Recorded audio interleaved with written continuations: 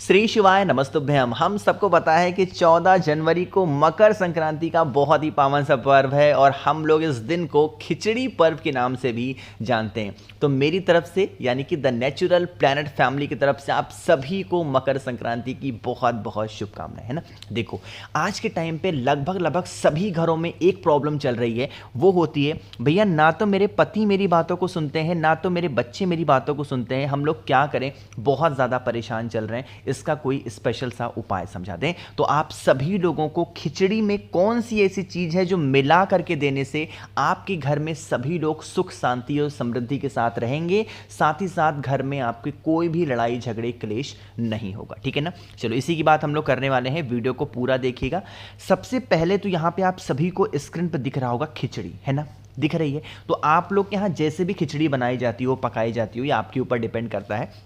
सबसे पहला काम, एक छोटा सा काम करिएगा, आपको लेना होगा क्या, थोड़ा सा लीजिएगा लौंग, थोड़ा सा मतलब 2 या 3 लौंग लीजिएगा, ठीक है ना, ज़्यादा मत लीजिएगा, 2 या 3 लौंग लेना।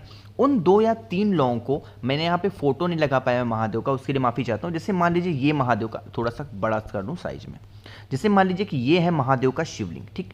अब आपको क्या करना है, जो 2 या 3 लौंग आपने लिए हैं उसको क्या करेंगे, आप शिवलिंग के ऊपर से, ज़्यादा नहीं, शिवलिंग के ऊपर से आपको 7 बार घुमाना, 7 टाइम्स घुमाना।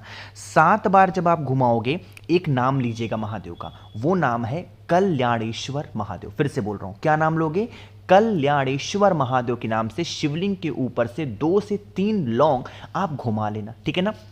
घुमा दिया, घुमाने के बाद में उन 2 या 3 लोगों को हाथ में लेकर के महादेव से यही विनती करेंगे, हे शिव शंभु भोलेनाथ, हमारे घर में इस प्रकार से समस्या चल रही है, लोग क्रोध करते हैं, हमारी बातों को लोग नहीं मानते, हमारी इज्जत नहीं होती है घर में, आप कुछ ऐसा करें जिससे हमारे घर में लोग हमारी इज्जत करें, हमसे प्रेम करें, हमारा पूरा परिवार खुश रहे, ऐसे प्रार्थना करना। और वही जो 2 से 3 लौंग आपने लिए हैं उसे घर पे लेके आना, उसको कूट लेना, पीस लेना अच्छे तरीके से, उसका पाउडर बनाना, ठीक है ना।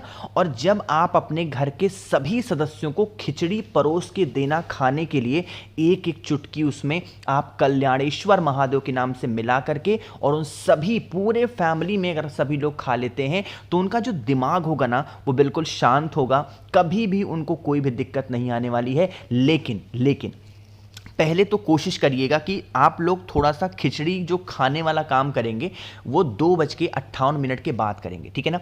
वैसे सुबह भी कर सकते हो, बट जो परफेक्ट टाइम मैं आपको बताने जा रहा हूँ ना वो 2:58 है, दोपहर के टाइम पे 2:58 अगर कर लेना तो बहुत ज़्यादा इफेक्टिव उपाय है, आपको ज़रूर फायदा मिलेगा, ठीक है ना, करके देखिएगा एक बार।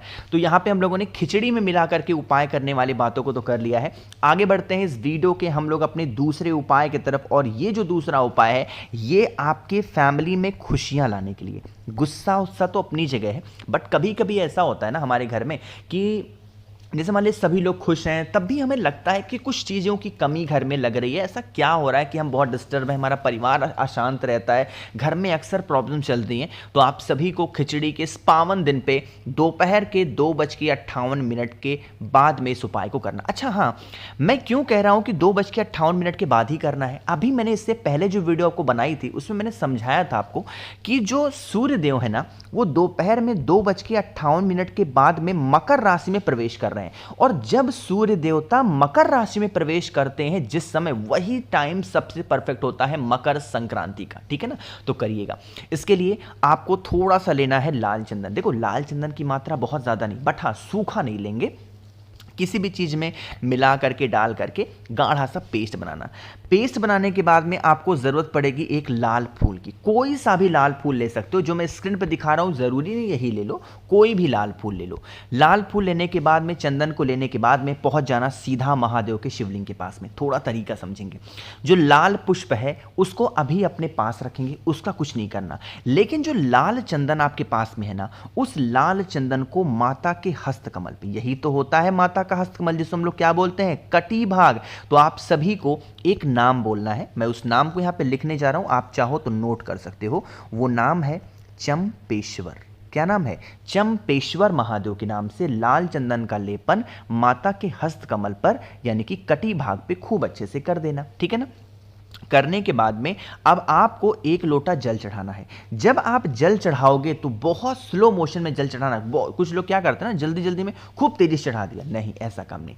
बहुत ही स्लो मोशन में जल की धार को गिराते जाएंगे और गिराने के बाद में आप सभी लोगों के पास में जो एक लाल फूल है, पहले उस लाल पुष्प को माता अशोक सुंदरी के स्थान पे रखना है यहां पर, और फिर इसी लाल पुष्प को उठा करके महादेव के शिवलिंग के ऊपर रख देना। यकीन मान लीजिए, अगर इस उपाय को आप करते हैं ना, तो आपके घर में, परिवार में कोई संकट नहीं आएगा, पूरी फैमिली, पूरा परिवार हमेशा खुश रहेगा। ठीक है ना, करके ज़रूर देखिएगा इस उपाय को। तो 2 उपाय की बात हमने कर ली है, आगे बढ़ते हैं अब इस वीडियो के हम लोग अपने तीसरे उपाय की तरफ, जो कि हमें करना होगा घी के साथ में। लेकिन क्या बेनिफिट है, कैसे करना है, सब कुछ बात करेंगे। जल्दी से कर दीजिए वीडियो को लाइक। जिसने अभी तक चैनल को सब्सक्राइब नहीं किया, मेरी आवाज़ आप पहली बार सुन रहे हैं, चैनल को ज़रूर सब्सक्राइब करेंगे। ठीक है ना, चलो सबसे पहले हम लोग बात करते हैं कि इस उपाय को हम करते हैं तो बेनिफिट क्या होगा। आप किसी भी व्यक्ति को अगर आपको वश में करना है, मैं बार बार बोलता हूं, कल भी बोला था, आज फिर बोल रहा हूं, वश में करने का ये मतलब बिल्कुल नहीं होता है कि आप अपने इशारों पे उनको चलाओ। मतलब कहने का है कि कोई इंसान घर का है जो बहुत क्रोध कर रहा, गुस्सा कर रहा, पूरी फैमिली उसके गुस्से से तंग है, परेशान चल रही है, तो इस मकर संक्रांति के अवसर पे दोपहर 2:58 के बाद में आप इस उपाय को करेंगे। इसके लिए हमें जरूरत पड़ेगी घी की। ठीक है ना, घी किसका होगा, गौ माता का। आगे बढ़ें, घी के साथ में जो सबसे दूसरी चीज आती है वो होती है लाल चंदन, है ना। इन्हीं दोनों चीजों को लेना है बस। ठीक, अब क्या करेंगे, इसको लेंगे, साथ ही साथ महादेव की एक प्रिय चीज हम लेना कैसे भूल सकते हैं, तो एक बेलपत्र भी लेना। अब इन सभी चीजों को लेकर के पहुंच जाओ महादेव के शिवलिंग के पास में। वहां पर पहुंचते ही आपको एक स्थान दिखता है शिवलिंग पे, जिसको हम लोग बोलते हैं माता का हस्तकमल। बोलते हैं ना, गुरुजी ने भी आपको बताया होगा, मैंने भी आपको कई बार बता रखा है, अब तो आपको याद भी हो गया होगा ना। तो आपको क्या करना है, यहीं पे माता के हस्तकमल पे सबसे पहला काम करेंगे, आपको घी का लेपन करना। जैसे मैं कर रहा हूं ना, आप भी अच्छे तरीके से। अब देखो, शिवलिंग का मैं एक ही पोर्शन आपको दिखा सकता हूं, 3D पिक्चर्स तो है नहीं कि मैं आपको गोल गोल पूरा दिखाऊं। अब मैं एक तरफ दिखा रहा हूं तो आपको एक ही तरफ नहीं लगाना, पूरा गोल गोल जलाधारी पे जहां तक आप लगा सकते हो पूरा गोल गोल लगा देना। ठीक, लगाने के बाद में आपके पास में होना चाहिए लाल चंदन। इसी घी के ऊपर जब आप लाल चंदन का लेपन करेंगे, एक नाम आपको जरूर याद होना चाहिए, मैंने आपको तो हजारों बार बता रखा है वो नाम। क्या नाम है, आशुतोष महादेव। वही लाल चंदन का लेपन घी के ऊपर आशुतोष महादेव के नाम से समर्पित करना, और फिर आप सभी को एक लोटा शुद्ध जल तांबे के लोटे से श्री शिवाय नमस्तुभ्यम का जप करके आप समर्पित करेंगे। इतना करने के बाद में आपके पास में जो एक बेलपत्र है, उस बेलपत्र को जो भी व्यक्ति घर में लड़ाई करता, झगड़ा करता, गुस्सा करता, उस व्यक्ति का नाम और गोत्र बोल के महादेव के शिवलिंग के ऊपर चढ़ा देना बस। और आपको कुछ भी करने की जरूरत नहीं है। यकीन मानिए, अगर इस उपाय को आप अपने घर में करते हैं लड़ाई झगड़ों को दूर करने के लिए, तो आपकी फैमिली में, आपके परिवार में कोई संकट नहीं आएगा। ठीक है ना, ये उपाय कब करना है मैंने अभी आपको बताया, दोपहर में 2:58 के बाद में। ठीक है ना, चलो आगे बढ़ते हैं। अब इस वीडियो के हम लोग सबसे आखिरी और बहुत ज्यादा इफेक्टिव और इंपॉर्टेंट उपाय की तरफ, है ना, जो कि ये हमारा चौथा उपाय है और आखिरी उपाय ना। देखो, सबसे पहले हम लोग ये समझ लेते हैं कि इस उपाय के फायदे क्या होंगे, उसके बाद ये रुद्राक्ष में क्यों दिखा रहा हूं अभी आपको बताऊंगा। देखो, जैसे मान लो कि आपके घर का कोई ऐसा इंसान है ना जो बहुत चिड़चिड़ करता है, बहुत चिड़चिड़, मतलब कि उसका गुस्सा तो शांत होने का नाम ही नहीं ले रहा, इतना परेशान करके रख दिया है। चाहे वो आपका बच्चा हो, चाहे वो आपकी वाइफ हो, चाहे वो आपके हस्बैंड हो, या कोई भाई बहन, घर का कोई भी इंसान हो सकता है। इसके लिए सबसे पहले उपाय करने से पहले मैं आपको छोटी सी बात बता दूं कि आपको कहीं से भी, आपको, मैं ये नहीं कह रहा हूं मुझसे ले लो, कहीं से भी 9 मुखी रुद्राक्ष अगर मिल जाता है तो उसे आप अपने घर में रखो। बहुत ही, देखो, छोटे दाने का अभी तक मैंने सभी को दिया है ताकि यूज कर पाओ आसानी से, पहनना हो पहन भी लो, घर में रखना हो रख लो। अगर आपको चाहिए तो 9005643345 मेरा व्हाट्सएप नंबर है। बहुत ही कम प्राइस में मैंने अभी तक सभी को दिया है और लगभग सभी को फायदा भी हुआ है।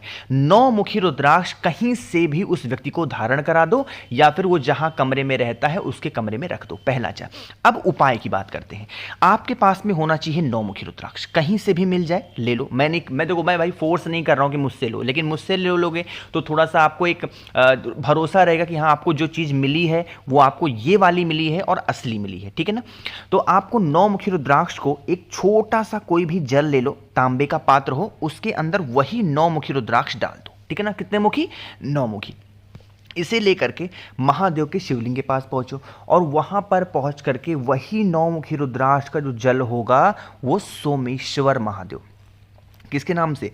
सोमेश्वर महादेव के नाम से समर्पित करके वही जल रोक करके डेली अगर उस व्यक्ति को पिलाना स्टार्ट करते हो तो उस इंसान का जो चिड़चिड़पन होगा, गुस्सा होगा, वो धीरे धीरे शांत जरूर हो जाएगा, ठीक है ना। बाकी फिर उस 9 मुखी रुद्राक्ष को उठाओ, घर में ले जाकर के रख दो, ठीक है ना। करिएगा ज़रूर, किसी भी इंसान के चिड़चिड़ को, गुस्से को बहुत जल्दी शांत करना, ठीक है ना। तो मैंने कोशिश की है आप सभी को हर एक चीज़ों को अच्छा समझाने की। वीडियो पसंद आई हो तो लाइक करिएगा। नंबर एक बार और नोट कर लो आप, 9005643345 ये मेरा व्हाट्सएप नंबर है। बाकी हाँ, चैनल को ज़रूर सब्सक्राइब करना है जिसने अभी तक नहीं किया है। श्री शिवाय नमस्तुभ्यम।